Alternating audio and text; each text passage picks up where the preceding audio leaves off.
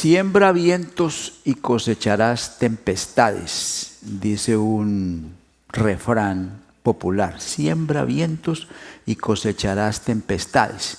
Es la misma idea que el apóstol Pablo expresó en Gálatas 6:7, donde él dice: no os engañéis, Dios no puede ser burlado, todo lo que el hombre sembrare, eso también segará. Este tipo de enunciados se conoce como una ley o como un principio.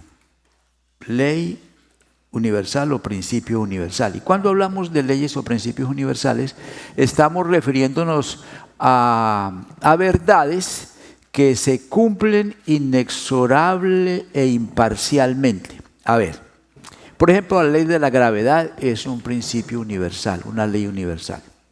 Y si un creyente noble, de lo mejorcito que tenemos, camina por un techo y da un paso en falso, aunque sea muy buen creyente, bautizado y todas las cosas que usted le quiera poner, ese se va a golpear contra el piso y se puede matar o puede quedar en muy malas condiciones.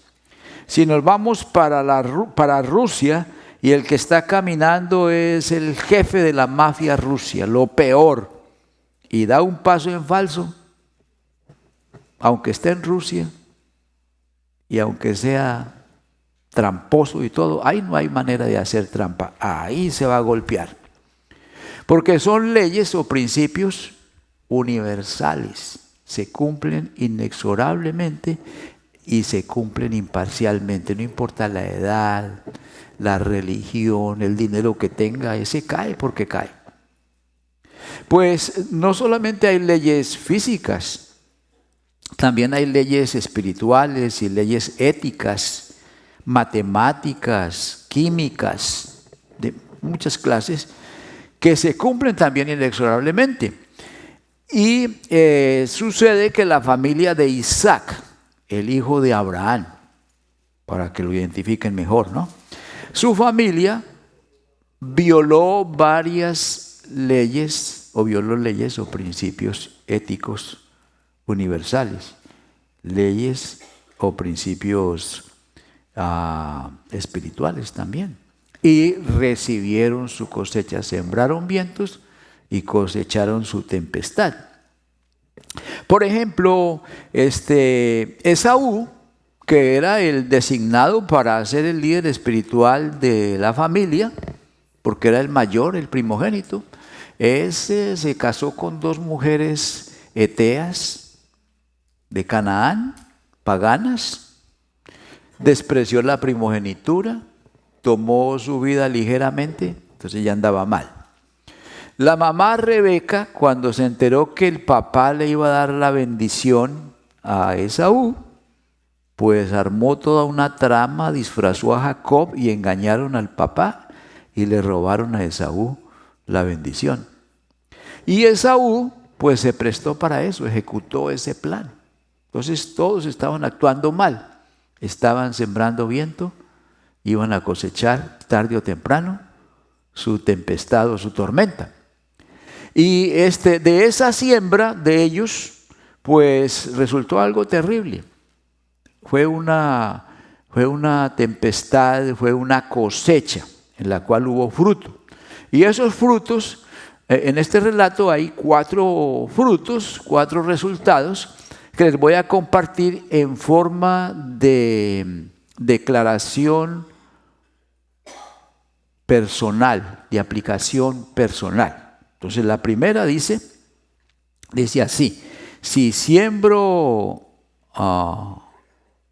pecado, no alcanzo a leer allá, fíjese, ya estoy más viejito. Si siembro pecado, podría cosechar amargura.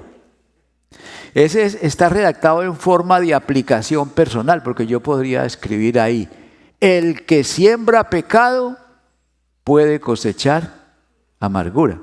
Pero cuando yo digo el que siembra, estoy hablando de otro que ni conozco.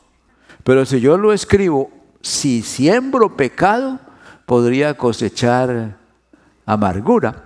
Entonces me estoy aplicando eso a mí mismo, ¿no? Y espero que usted también cuando lo lea personalizado. Si siembro pecado, podría cosechar amargura.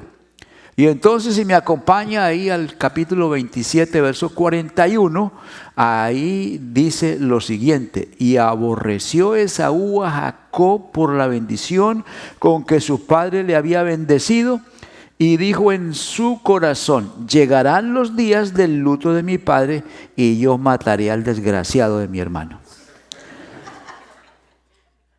Porque dice, lo aborreció. Mire, esa palabra para mí es débil. La Reina Valera traduce aborreció, pero aborreció da la idea de amar menos. Por ejemplo, está muy bien empleada cuando Jesús dice: el que no aborreciere padre y madre por mí no es digno de mí. Porque lo que está diciendo, el que no ama menos padre y madre no es digno de mí. Eso está muy bien. Pero en el caso de Esaú necesitamos una palabra más fuerte. La Reina Valera usó aborreció, no digo que está mal del todo, pero la nueva versión internacional traduce un poquito diferente, traduce así, dice: Esaú guardó un profundo rencor hacia su hermano. Eso, entonces describe mejor, un profundo rencor. Ese hombre estaba enojado, estaba llevado del diablo porque quería matar a su hermano porque le había robado la bendición que el padre tenía para él. Lo aborreció y dijo en su corazón: cuando mi papá muera, le doy chicharrón, dicen en Colombia, ¿no? Lo voy a matar. Eso se llama asesinato premeditado, planeado. Porque una cosa es que en una riña ahí por defensa personal matas al otro. No lo querías matar, pero te estabas defendiendo y lo mató. Eso es una cosa. Pero otra cosa peor es cuando uno planea y dice: ¿cuándo? Planea el cuándo, ¿no? Y luego decide dónde y después cómo. Eso es asesinato premeditado. ¿Y qué dijo Jesús? Jesús, acuérdense las palabras de Jesús en el Sermón del Monte. Porque es que aquí estamos hablando, hay tres éticas aquí involucradas. La ética de Jesús es la más alta. Luego la ética de Moisés es ojo por ojo. Y luego la ética antes de Moisés, que es donde esta gente vive hace 4000 años, era diferente. Entonces la ética de Jesús dice: oísteis que fue dicho a los antiguos, no matarás. Pero yo os digo que cualquiera que se enoje contra su hermano será culpable de juicio. Máxima ética. Moisés hubiera dicho ojo por ojo, ¿no? Le robó la bendición, hay que cobrarle algo, pero igual. Pero esta gente pues estaba bárbara, ¿no? Dice Saúl: lo mato, como Caín también mató a Abel por nada, ¿no? Entonces, cuando Jesús dice que cualquiera que se enoja contra su hermano, se refiere a ese enojo descontrolado, cuando la persona pierde el control y se forma un desorden emocional y entonces crea un asesinato mental que puede convertirse en un asesinato físico, real, pero por el momento es mental. Y delante de Dios, Esaú ya es culpable, porque ya mental, interiormente ya mató. Nos arroja mucha luz a este punto el apóstol Pablo cuando él dice en Efesios 4, creo 26 y 27, dice: airaos, pero no pequéis. No se ponga el sol sobre vuestro enojo, ni deis lugar al diablo. Sería bueno que repitiéramos eso, porque esas palabras las debemos recordar, ¿no? A ver, repita después de mí: airaos, pero no pequéis. No se ponga el sol sobre vuestro enojo, ni deis lugar al diablo. Ahí se puede sacar un sermón chiquito. Hay 3 errores. Pablo está hablando de 3 errores. Cuando uno se enoja, puede meter la pata de 3 maneras. La primera es pecar. Me enojo y me dejo llevar por el enojo y peco. Fue lo que hizo Jacob. Se enojó y entonces en el corazón mató a su hermano. Pecado, ya pecó. El segundo error es no corregir eso pronto. Dice, no se ponga el sol sobre vuestro enojo. O sea, lo pospone el asunto y lo muele, lo rumia en su interior. Si uno se va y se acuesta así enojado, sin calmarse, está sembrando una raíz de amargura. Yo lo interpreto así. Cuando alguien me ofende, me daña, me perjudica, me maltrata, entonces, si yo no perdono, no puedo resolver eso, es como si quedara amarrado, encadenado a ese día, a ese momento, a esa acción, en ese lugar.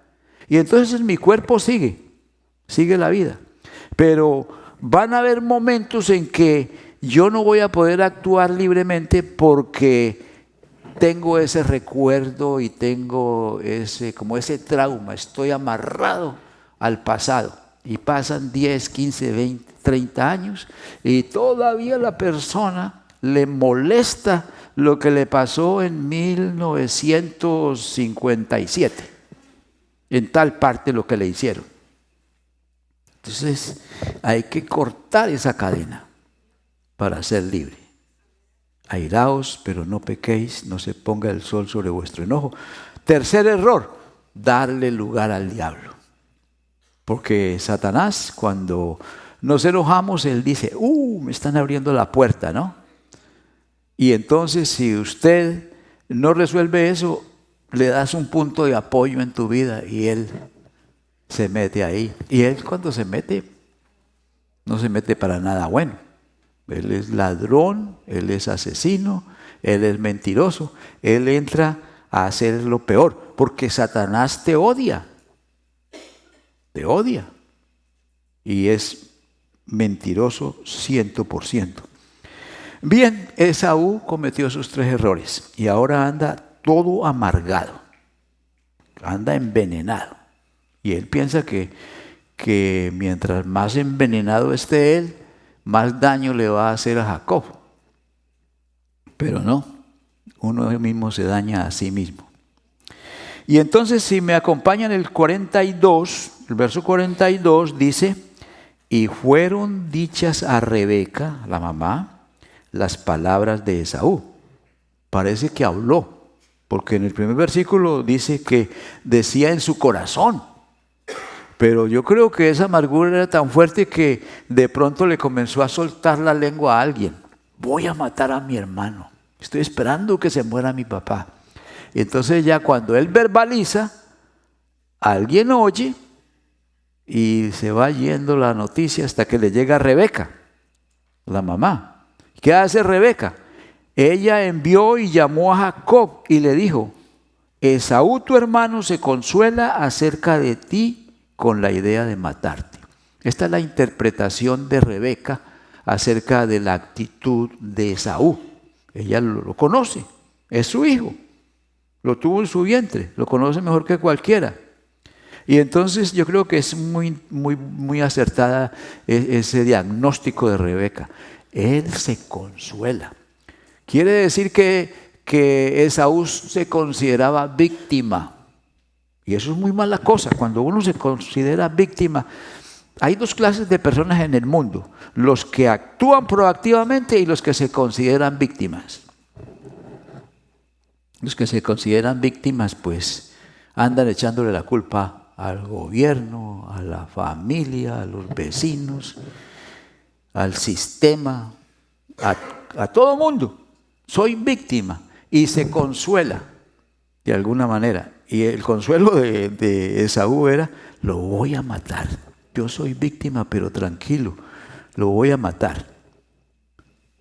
Esa es la interpretación de Rebeca acerca de las actitudes de su hijo Esaú.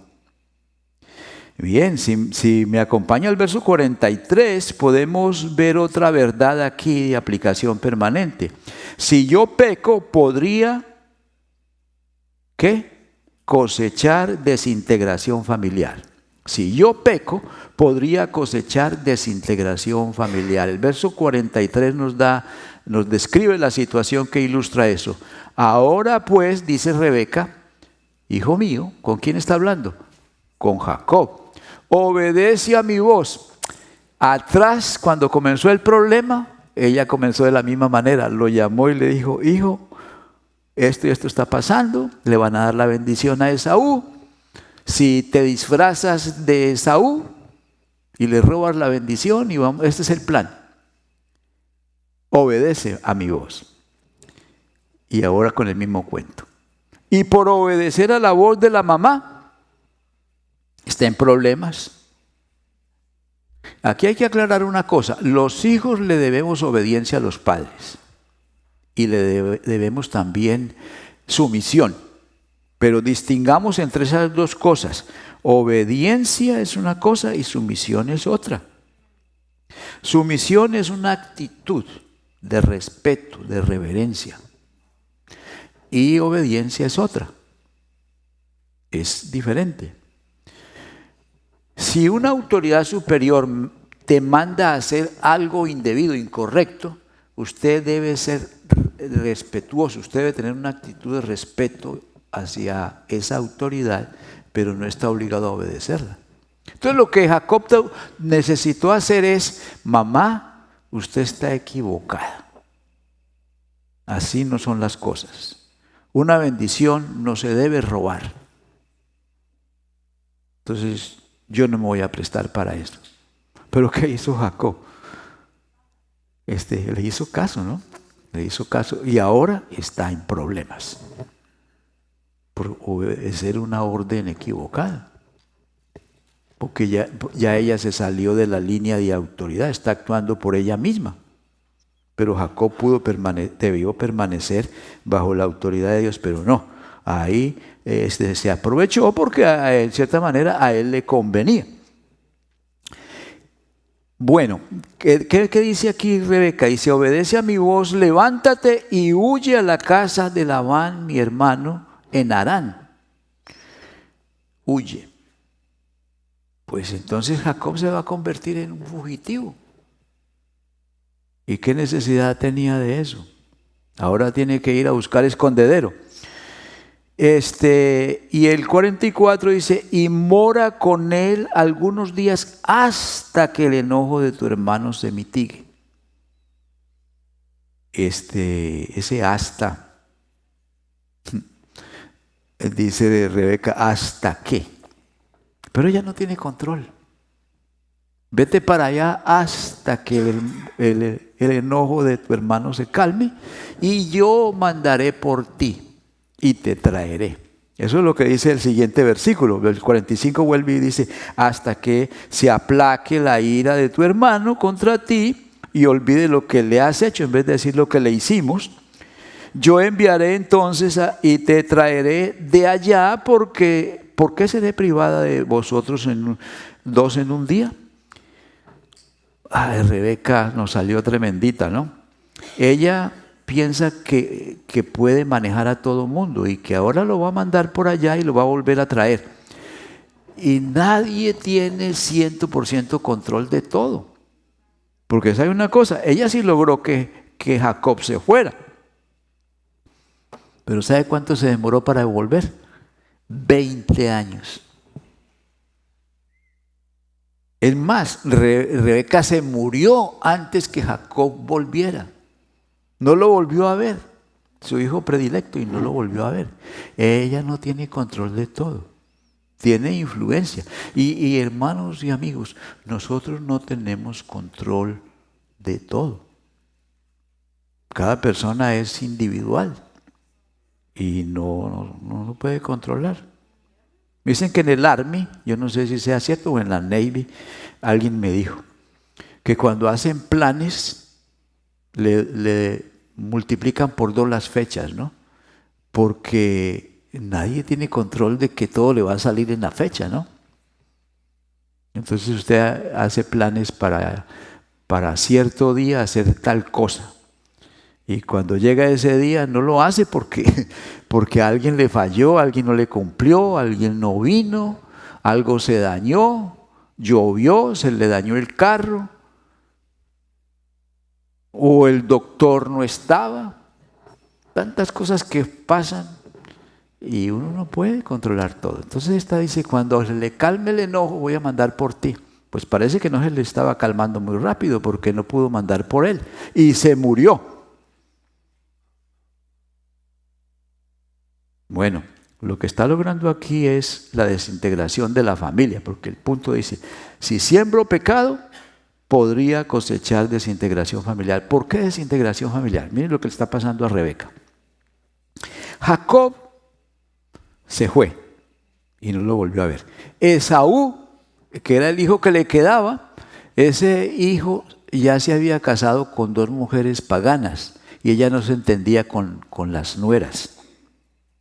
Además, Jacob no estaría muy contento con su mamá porque su mamá lo había engañado. Entonces ese hijo estaba desprendido, estaba no muy conectado con ella.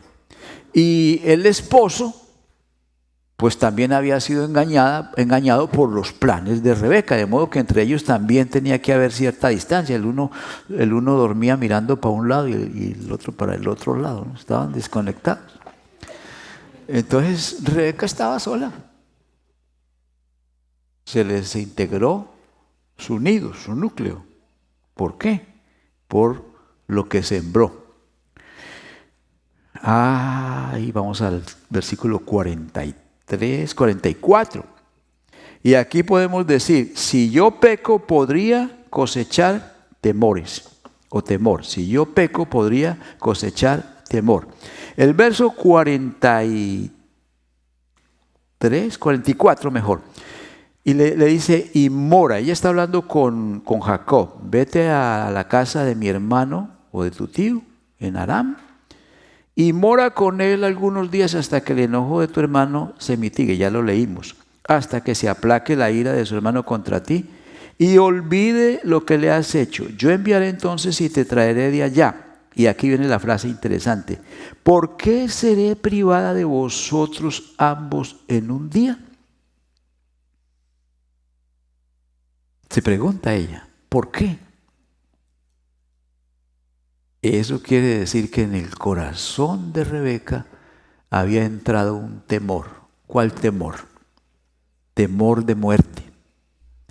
Porque Isaac, cuando llamó a Esaú para pedirle que hiciera una pequeña fiesta y creara un ambiente para él darle la bendición, porque ya estaba viejo y quería hacerlo antes de morir, es porque él pensaba que se podía morir en cualquier rato.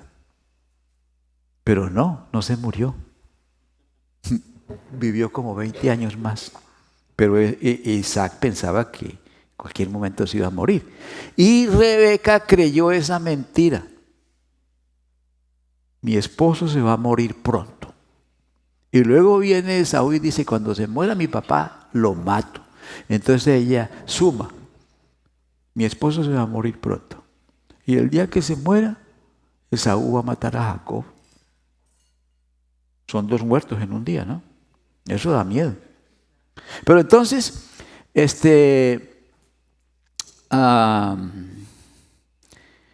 la costumbre en ese tiempo es que cuando alguien mataba a otro, el asesino era desterrado.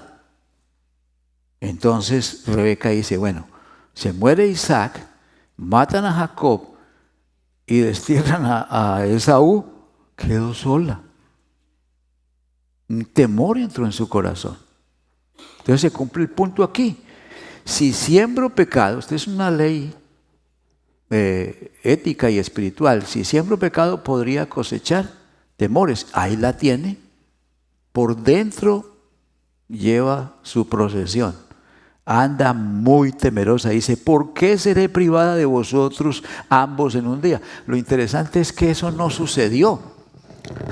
Era una mentira dentro de ella. Ella creía eso, y cuando uno cree una mentira, es esclavo de la mentira. Cuando uno cree una verdad, dice Jesús, conoceréis la verdad y la verdad os hará libres. Pero no, ella murió esclava de esa mentira, temerosa. Pensaba que tenía todo arreglado para que nada de eso, no pasara todo eso. Pero era una mentira, estaba controlada por la mentira. Porque bueno, Jacob vivió como 20 años más. Perdón, se demoró como 20 años para venir. Y ella se murió primero que su esposo. Y después murió el esposo. Y los enterraron en la cueva de Macpela. ¿Se acuerda que Abraham, cuando murió Sara, compró una cueva? La cueva de Macpela frente al encinar de Mamre. Y allá enterraron a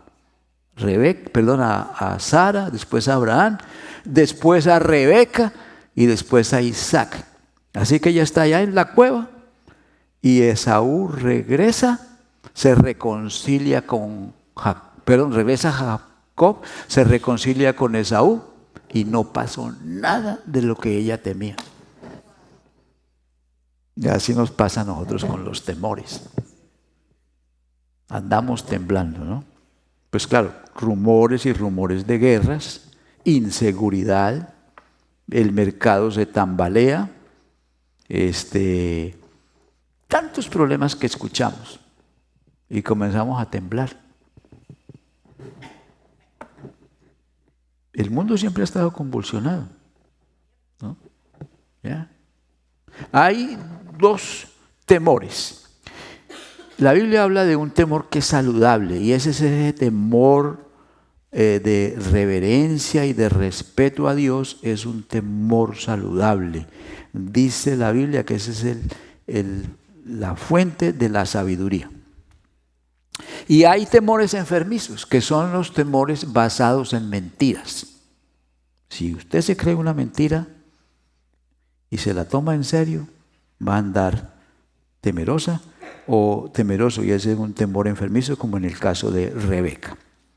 Y bueno, vamos al capítulo 28, versículo 26, para ver el cuarto principio de aplicación permanente.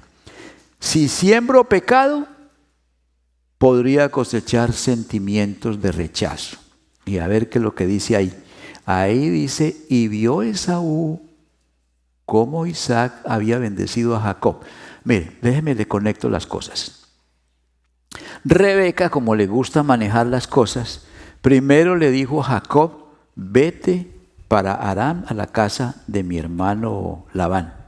Pero enseguida va y le dice a Isaac, mira que las dos esposas de Esaú me tienen hasta aquí, hasta ganas de morirme me dan. Y ojalá que Jacob no se case con una de esas mujeres de aquí, cananea. Y entonces dice Isaac, tráiganme a Jacob. Y lo bendice con la bendición de Abraham. Y le dice, vete a Harán y cásate con una de las hijas de Labán, pero no con una mujer de acá. Y entonces ahí conecta, y Esaú ¿qué? Vio que Isaac había bendecido otra vez a Jacob y le había enviado a Padán Aram para tomar para sí mujer de allí, y que cuando le bendijo le había mandado diciendo, no tomarás mujer de las hijas de Canaán, y él ya estaba casado con dos. Entonces ahora va a quedar en desventaja respecto de Jacob, y entre ellos dos como que había una competencia, ¿no? Entonces ahí tenemos a Jacob observando. Vamos al versículo 7. Y también vio Esaú que Jacob había obedecido a su padre y a su madre, y se había ido a Padán Aram, y vuelve y ve, ¿no? Y vio asimismo Esaú, observó que las hijas de Canaán le parecían mal a Isaac, su padre. Y él ya estaba casado con dos. Y se fue Esaú a Ismael. ¿Quién es Ismael? Ismael es hermano de Isaac, mayor, el hijo que tuvo Abraham con la sierva, con Agar. Y como a los 13 años vino el hijo de la promesa, que es Isaac. Entonces Ismael ya debería estar más viejito. Y entonces Esaú se va a Ismael y toma para sí mujer a Mahalat, hija de Ismael, hijo de Abraham. O sea, se fue a casar con una prima o una prima segunda, nieta de Abraham. Además de sus otras mujeres, que eran dos, ya tenía tres. ¿Por qué se casa Esaú con una hija de Ismael? Porque él es hijo de Abraham. Y entonces él quiere que su papá lo apruebe, le dé aprobación. Él se siente rechazado, se siente desplazado, entonces está buscando aprobación. Pero ¿cómo la está buscando? Primero ve y después hace las cosas para que lo vean. ¿Eso cómo se llama? Hipocresía. Hipocresía. Porque es que lo que está haciendo Esaú es tratando de crear buena imagen delante de su papá. Como en el Facebook, ¿no? Buscando likes. Porque le conviene, porque de pronto su papá lo puede bendecir en alguna manera o dejarle la herencia, porque ahora se ha ido Jacob. Entonces hay conveniencia y por eso actúa así. Ahora, vamos a ver qué dice Jesús. ¿Qué dice Jesús acerca de las personas que hacen la justicia para ser vistos? Dice Jesús: guardaos de hacer vuestra justicia delante de los hombres para ser vistos. Y luego habla de los que oran en las esquinas de las calles para ser vistos. Luego habla de los que ayunan y se ponen el rostro así como demacrado y dicen que están ayunando. Y habla también de los que dan limosna delante de la gente para ser vistos. Es lo que está haciendo Jacob para ser visto por su papá. Esaú para ser visto de su papá y recibir un like, una aprobación. Está buscando aceptación porque se siente rechazado. ¿Y por qué él se siente así? Bueno, por lo que sembró. Ha metido muchas veces la pata y ahora se siente desplazado.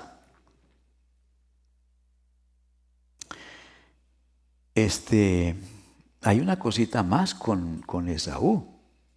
Si nos volvemos al capítulo 27, el versículo 41, a ver, sí, ahí está.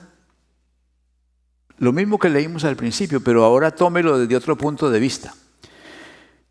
Aborreció Esaú a Jacob por la bendición que su padre le había dado. Y dijo en su corazón, Esaú: llegarán los días del luto de mi padre y lo mataré. ¿Por qué no lo mata antes de que su papá muera? La respuesta podría ser: bueno, es que él no quiere causarle dolor al papá. ¿Será eso? No, porque si lo matan, lo destierran, ¿no? Y pierde los likes del papá. Entonces es por conveniencia que no lo mata. Después de que se muera Isaac, ¿ya qué importa? Ahí es cuando le conviene matarlo. Entonces está buscando aprobación. Y el que busca aprobación, el que no tiene aprobación o siente que no tiene aceptación, actúa hipócritamente. Por eso cuando uno se entrega a Cristo y cree de veras que Dios lo ha aceptado, tranquilo, si Dios me aceptó y la gente no me acepta, ya Dios me aceptó. Pero cuando carece de aceptación, entonces la busca en los hombres, la busca en la familia, la busca en cualquier parte, a cualquier precio. Y eso es lo que está haciendo nuestro amigo Esaú, pobrecito Esaú. Bueno, ¿habremos nosotros en nuestra vida sembrado vientos? ¿Sí o no? Sí, yo he sembrado vientos. Y cosecharemos tempestades. Es una ley que se cumple inexorable e imparcialmente. Así es la vida. ¿Ya? ¿Qué le vamos a hacer? Si metimos la pata, tenemos que ser responsables de lidiar con las consecuencias. Porque esa ley se cumple porque se cumple. Pero la peor consecuencia de esa siembra es la muerte espiritual. Porque la paga del pecado es muerte. Gracias a Dios que ese asunto ya lo resolvió Cristo. ¿Ya? Él arregló ese problema. Por eso le quiero compartir un versículo muy interesante aquí de Isaías. Isaías dice: buscad a Jehová mientras pueda ser hallado, llamadle en tanto que está cercano. Buscad a Jehová porque está cercano. Pero eso requiere arrepentimiento. Isaías lo describe así: deje el impío su camino, eso es arrepentimiento, y el hombre inicuo sus pensamientos, y vuélvase a Jehová, el cual tendrá de él misericordia, y al Dios nuestro, el cual será amplio en perdonar. Esa es la manera de resolver las consecuencias eternas del pecado, volviéndose a Dios, arrepintiéndose. Eso es lo que no hizo Esaú, pero nosotros sí lo podemos hacer. Buscad a Jehová mientras pueda ser hallado, llamadle en tanto que está cercano.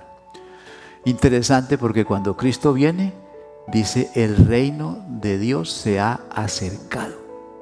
El Rey se ha acercado. Nunca antes Dios estuvo más cerca del hombre que en Cristo. Él es Dios con nosotros. Cristo es Dios con nosotros. Entonces, Él se ha acercado a nosotros. Entonces yo le digo a usted esto: si Cristo está pasando por tu corazón, aprovecha mientras pueda ser hallado. No sabemos mañana, ¿no? Entonces, un momento en que nosotros debemos dejar el camino por donde vamos y volvernos a Dios en arrepentimiento. ¿Se quiere poner de pie para orar?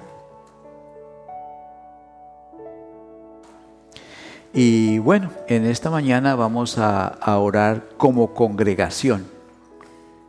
Y por supuesto, cualquier persona que quiera entregarse a Cristo, lo que tiene que hacer es unirse a la oración y hacerlo sinceramente y de corazón. Repita después de mí: Padre Celestial, he pecado contra el cielo y contra ti. Gracias porque te acercas a mí en la persona de Cristo,